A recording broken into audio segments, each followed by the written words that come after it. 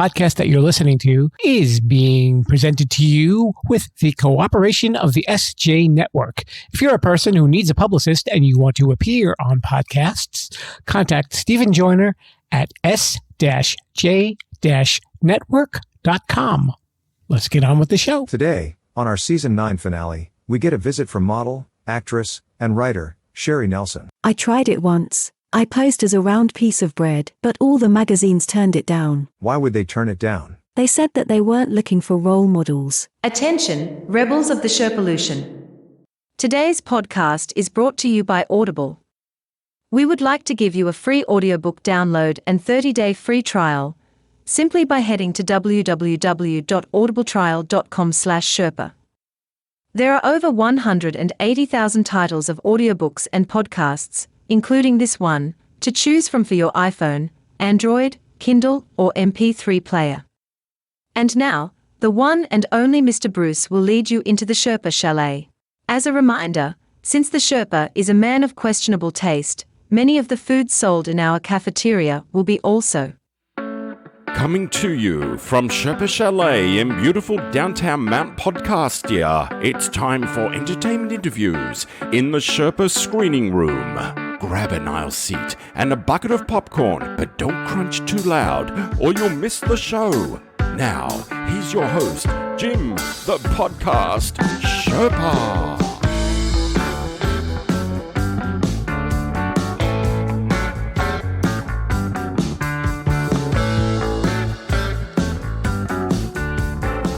Hello there, Rebels. It is I, Jim the Podcast Sherpa, welcoming you to the Sherpa Screening Room. It's a presentation of Too Many Podcasts. That's the podcast about podcasts and so much more. These are one of the so much more episodes that we talk about. And this episode was a particular joy for me to record because of the guest that we have today. Her name is Sherry Nelson. She's originally from British Columbia, Canada, but she's hanging out in Las Vegas right now, doing all sorts of stuff in prep for a movie. We're friends on social media, and she is such a nice, kind-hearted person. I think you're going to hear that in this interview. She's very modest. She really doesn't like talking about herself that much, so we kept the interview kind of short and sweet. Well, I was the short, and she was the sweet, so you see how that worked out. So very convenient, I say. And I got to know her a little bit better, and we have an interesting story about coffee to share, and have a listen to that as well, and get to know what she will be doing in the near future. So without further ado, I bring you my interview with Sherry Nelson. Hello there, Rebels. We are here in the Sherpa Screening Room, and my guest today is one busy lady. She is a producer, a model, an actress, a writer, a co-host, and voted the nicest person in Canada 16 times in a row. But she gave it back 15 times, though. You're so sweet. Thank you. Thank you for having me. This is Sherry Nelson, by the way, folks, coming to us from Las Vegas. I am. It's a magical place with the palm trees and the sun. But yeah, no, I'm happy to be here. So you've traveled around a little bit. I mean, you're originally from British Columbia. Yes. Yeah. So yeah, I grew up in British Columbia, about 40 miles north of the Eureka, Montana border. So I've always been close to Americans, and it's always been nice. I remember I was hearing an older interview with you, and you said you're actually more comfortable talking about lumber than you are talking about yourself. Oh, well, especially compared to the guests that you've had. I don't know if I can do value, but yeah, no, I'm the worst for talking about myself. I'm not good that way. I know. I remember there was a while back when Barbara Walters was interviewing someone. I don't know if it was a political figure, and she asked him, if you were a tree, what kind of tree would you be? So, like, nobody's ever asked you, like, if you were a piece of lumber, what kind of lumber would you be? Yeah, no, I think I'd probably be some lodgepole pine. It's a good strong board. I like that. It's ready with an answer and everything. Yeah. So you originally started. It was your family's lumber business working there in Canada. Yes, I was fourth generation. My great-grandfather started the sawmill just before the Great Depression, and a man offered the old days. He offered the sawmill to my great grandfather and his friend, and they said, if you can make a go of it, it's yours. So they started making telephone poles and shipping them to the United States. So I always have a positive affection for America, because even when I was selling lumber, about 80% of our inventory went across the border. So America has always been great to our family. So how did you get the transition from working in a lumber shop to modeling? Well, it wasn't planned, and it was kind of a fluke. Thanks to Facebook, there was a Maxim magazine contest, and I got a message. I was actually in California at a Sierra Pacific convention, and another lumber company in California, and I got a message from a man saying, there's a model contest, you should submit your photo. And so I thought, no. And then I thought, well, if you Google me, you'd never know who I was. So I thought, okay, I'll put it in just to say that I did. And, it's kind of like your previous guest, Flynn Hendricks, when he said your childhood dreams, go back to that and aspire, with no regard. And so I submitted my photo, and I thought, okay, I'll be in and out. And I progressed throughout the entire competition, and I came in third. Was it weird seeing yourself in a magazine? I mean, considering that you didn't have you never had any sort of modeling background before, right? This was just the first time? Right. You're right. Well, and it was funny because my family at the time had just sold our lumber company, and I was prospecting for lumber jobs in Canada and the United States. And so no disrespect to Maxim, because it is a pretty fantastic magazine, and people kept posting it. And I kept saying, take it down, because I didn't want people to see me before an interview about lumber trading to see me in lingerie. I don't know if that would have been a pro or a con, but anyway, so it was, I was not used to so many people promoting it, and it was very nice and humbling. And so ever since then, I try to do my best to be positive and never disrespect the people that took the time to cast a vote for me, because I never want them to think, oh, what was I thinking? And you could have put a whole new spin on the lumber business if you wanted to. Yeah. So no, I'm really happy that I did take the leap, because I get to, I never ever thought that I would do this type of a career. And as I said, when you're a little girl, we all want to be a princess or wear nice clothes and things like that. And within 6 months of being in there, I was invited to an Oscar party. And, November 14th, I'll be going to the Latin Grammy. Never ever thought that I'd be going to things like that. So I'm honored, and I just always want to try and make everyone happy with what I'm doing. So, yeah. Was it kind of a culture shock going from British Columbia out into Los Angeles and Las Vegas and big cities like that? I was thinking about that. And with lumber trading, I was constantly promoting our wood products. And so I think that helped prepare me, speaking to people in different areas and regions and trying to see where their perspective was, what their likes and dislikes were. So I think in a funny sense, it helped prepare me to hold a conversation with people. And I really like to learn things, and I always try to have some anecdote for a cocktail party, just so that I can be a part of something positive. That's a good plan. Yeah. A good story and a good dress, right? Exactly. Well, I don't look good in a good dress, but I drive with a good story anyway. A lot of what you do also, I mean, when you're not modeling, I know you do a lot of interviewing, either on podcasts or in written form, in magazines and online publications. I do. I try to be proactive in the sense that when the pandemic hit, I thought, geez, what am I going to do? I need to buff up my resume and my briefcase, so when I can cross the border, I've got something behind me. So, I offered certain shows that I would be on. I would say, would you like me to do research for you? So that led to that. And then I became co-host on certain shows, and I met people through being a guest and then being a host. And I'm not the best writer, but I just try to profile people that might inspire someone to, do something good with their life, that, all it takes is hard work, determination, commitment, and like I said, I keep going back to your past guest, Flynn Hendricks, what a diverse career he's had. Yeah. And, and he's a success because he wasn't afraid to try. And I think, that's the secret of success is, don't be afraid to try. Yeah, that's definitely a good credo to live by. Yeah. You know what I was thinking of? I never told you the coffee story, did I? No. No? Okay.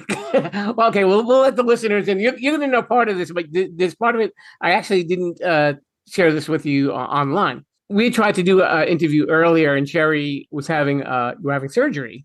You messaged me and you felt really bad, and you said, I'm really sorry. I like to, honor my commitments. I said, don't worry, take care of yourself. It's fine. And Sherry had asked me for my home address. So I gave her my address. And I didn't think anything of it. And then within about a week or so, there's a knock on the door. I go to the door, and there's this packet of coffee, the Kenny Aronoff's coffee. And I picked it up and I said, somebody sent me coffee. So there was no card or tag attached to it. I was like, this is really strange. Now, mind you, I'm completely forgetting the fact that I gave you my address. Okay, so I'm just looking at this coffee thing well, who would send me coffee? So I said, is somebody signing me up for the Coffee of the Month Club or something like that? So I said, you know what? Well, there's a number on here. Let's call them up. And I called up and I said, I got this package of coffee. I said, it's very nice. I said, I don't know where it came from. I said, is somebody signing me up for something? And they said, no. They said, the person that bought it for you, they paid for it. You're fine. And I said, oh, okay. They said, but you have no idea who sent it to you? And I said, no. And then all of a sudden it clicked. And I said, oh, I know who it is. I said, it's the supermodel that was supposed to be on my podcast. Now, the woman on the phone at this point is like, what? I said, yeah, well, I have a podcast. She's like, are you making this up? I'm like, no, I'm totally serious. And she said, and the supermodel sends you coffee. I said, that's right. This is an everyday occurrence, of course. So, of course it is. It's your gym. But no, I felt terrible. I don't like to cancel. And I was horrified that I did. But you were so kind and nice. And of course, I believe in Kenny. And like I said, it's always fun to have something for a cocktail party, like a conversation piece. And it smells good, and it's a good coffee, but it's fun. So I'm glad that you received it. And you're so fun. I got to tell you, though, the woman was very nice. And because she's laughing this whole time. She said, I never work the phones at the front desk. She says, I'm having the best day ever right now because of you. Aw, that's nice. All good things come from Kenny Aronoff. What can you say? There you go. And it all just started with coffee and a dream. Yeah, there you go. Now you've got a conversation piece for Kenny when he's on. There you go. I got to keep that one in mind. Now, you did your first movie, right? Not yet.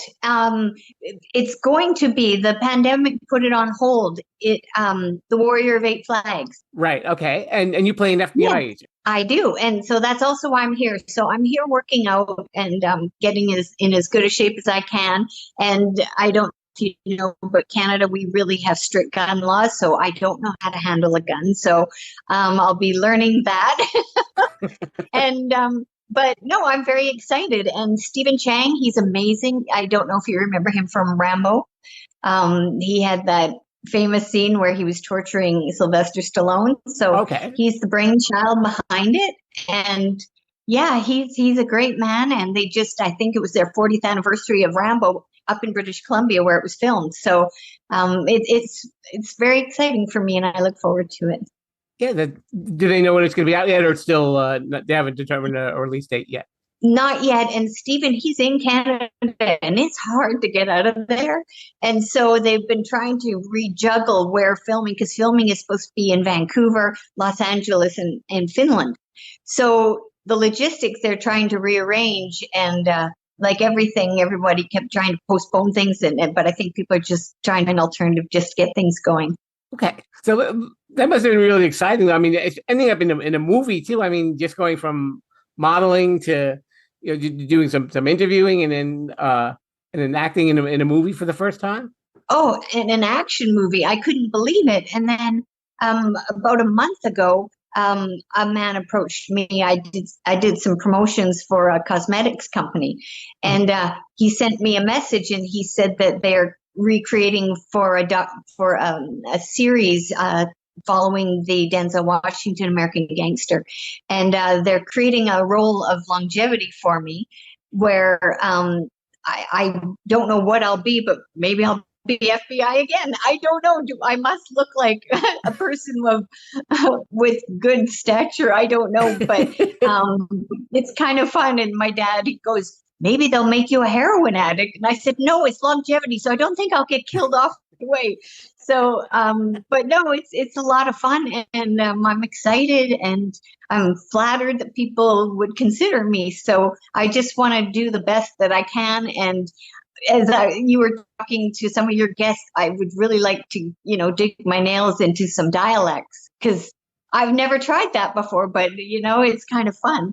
Did they have to kind of like tone down your look? Because I mean, as a model, you've got a very specific, appearance. Did they make you look like? Did they pull your hair back in a bun or make you wear glasses, or it was just they just kind of kept the natural look on you? Well, I'm not sure. We haven't started the filming, so I'm not sure yet. But I will send you a photo. I'll send you a before and after. Okay, sounds good.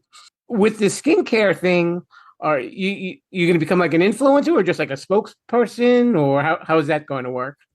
I just speak for the cosmetic company. It's a great product. It's Restoracel. It's got copper peptides in it, and so I did a few shows promoting that for them. And yeah, it's a nice. I'm not affiliated with them other than speaking on their behalf. So, but it's a great product. So we're sure that you can be the face behind the product. Did you ever do any advertising before? No, except lumber. Right, except lumber. So no. Yeah. You've gotten a chance to interview a lot of different people in the course between your writing and being on podcasts and everything like that. Was there any special favorite guests that you enjoyed speaking with? Oh my goodness, there were so many, and I was so fortunate. One of my very first interviews was Mickey Burns, and he's that legendary talk show host out of Manhattan. And I was listening to him being interviewed about how he prepares, and I thought, I have got to start doing my homework. So I like him, but and I know you've had Stacey Toy on the show, and her and I co-hosted at Fan Room Live.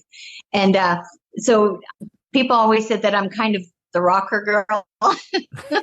So I've become a lot of friends with a lot of the fun guys from, Kent Aronoff, of course, Leland Sklar, the guys from Anthrax. And so it's just amazing, especially now when you hear them on the radio. It sounds different because they're your friend. It's hard to believe, but I feel like I've won the lottery, and I'm very lucky. Yeah, it's interesting when you connect to people who are like on TV and in the movies and stuff like that, because you kind of get to know them in your own special way. And then when you see them, it's like, oh yeah, that's my buddy, or that's, that I'm like that sometimes when I've had when I see guests who were in a movie or something like that, I'm like, that's the person I just talked to last week. It's weird. It's amazing.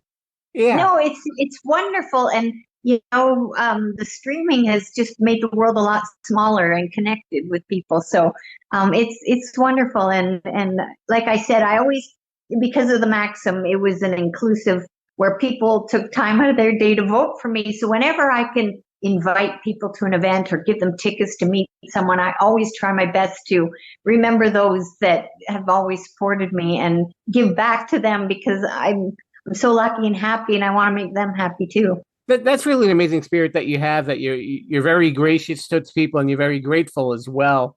And I think a lot of people forget that sometimes. Like they kind of get to themselves to a spot in their lives, and they forget about the people who helped get them there. And I always notice, like, whenever you post things on social media, you're always acknowledging people. It's that you don't put the focus on yourself. You're very you're very humble that way. Well, I remember in high school, and I love reading biographies, and I remember reading about Jacqueline Onassis and how important it was for her to send thank you notes. And especially after when her husband was killed, and she sent a thank you note to every single person. And just the integrity and the kindness, and it might be just a few words, but it just makes you feel that you mattered to somebody. And I always want people to know that I genuinely am appreciative of people's support and kindness, because it's easy to not be nice. Right. But I've been really lucky that I'd say everybody's always been nice. And I remember when I first started selling lumber, and my dad said, "You'll be talking to a lot of Americans. And Americans, they are the funnest people you'll ever meet. They'll always be joking and having a good time." And he was right. And your humor and the Americans just make us happy. And so, yeah. So with all the things that you've done so far, with acting and modeling and the writing and interviewing, is there anything else that you want to tackle that you haven't tried yet? Well, there's a few things coming up I'm excited about. I'll be in a couple music videos, and I'd like to tackle the dialects, like I said, because that's one way to really tell a story. But there's just so much. And the funny thing is I've always enjoyed Maria Calais, the long-suffering girlfriend of Aristotle Onassis. And I started writing a story about her, and you've probably seen the one and only Angelina Jolie will be playing her in a biography, and I cannot wait to see that. So now I'm not doing that, okay. But I really enjoy profiling people that I have great talent, great merit, worked hard, and I love going back to nostalgia. And I'm not a Me Too girl, whether it's women, men, country music, rock music. I know that in your intro, you don't say classic rock, but I just like to tap into everything, because everything has something to offer. And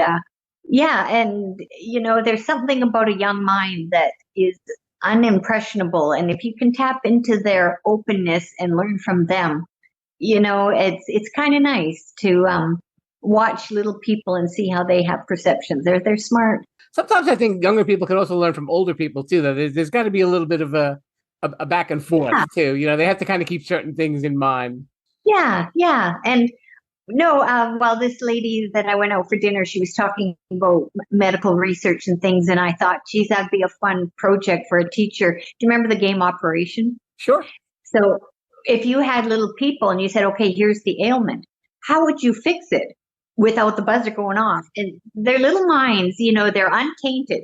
So it'd be so interesting to see what their instincts would be. So I think we can learn a lot from them. You can learn a lot from the compassion of animals. And it's just always nice to put the phone down or something and lift your head and look around and take in what's around us. Yeah, you have these great philosophies going on here, Sharon. No. It's not Vegas that's doing that to you. That's just coming straight from Canada, right? Oh my goodness. I can't believe when I go to the gym, I drive past the Luxor, Mandalay Bay, and I phoned my girlfriend. I said, Crazy Horse 3 is opening up 24 hours, 7 days a week. I'm like, yay. So it's so fun. This city has so much energy, and I'm so happy to be here. And life is really good. Yeah, what's always interested me about Vegas, I've been there twice, is that it's all that light in this one area, and it's all darkness around it. It's just kind of like this. It's a lit up oasis, literally. Yeah, well, I remember they used to say, there's 3 things you can see from outer space. You can see the Great Wall of China, clear-cut logging in BC, which I don't agree with, and the light from the Luxor. Really? So I don't know if that's true, but Las Vegas, there's just it's pretty fantastic here.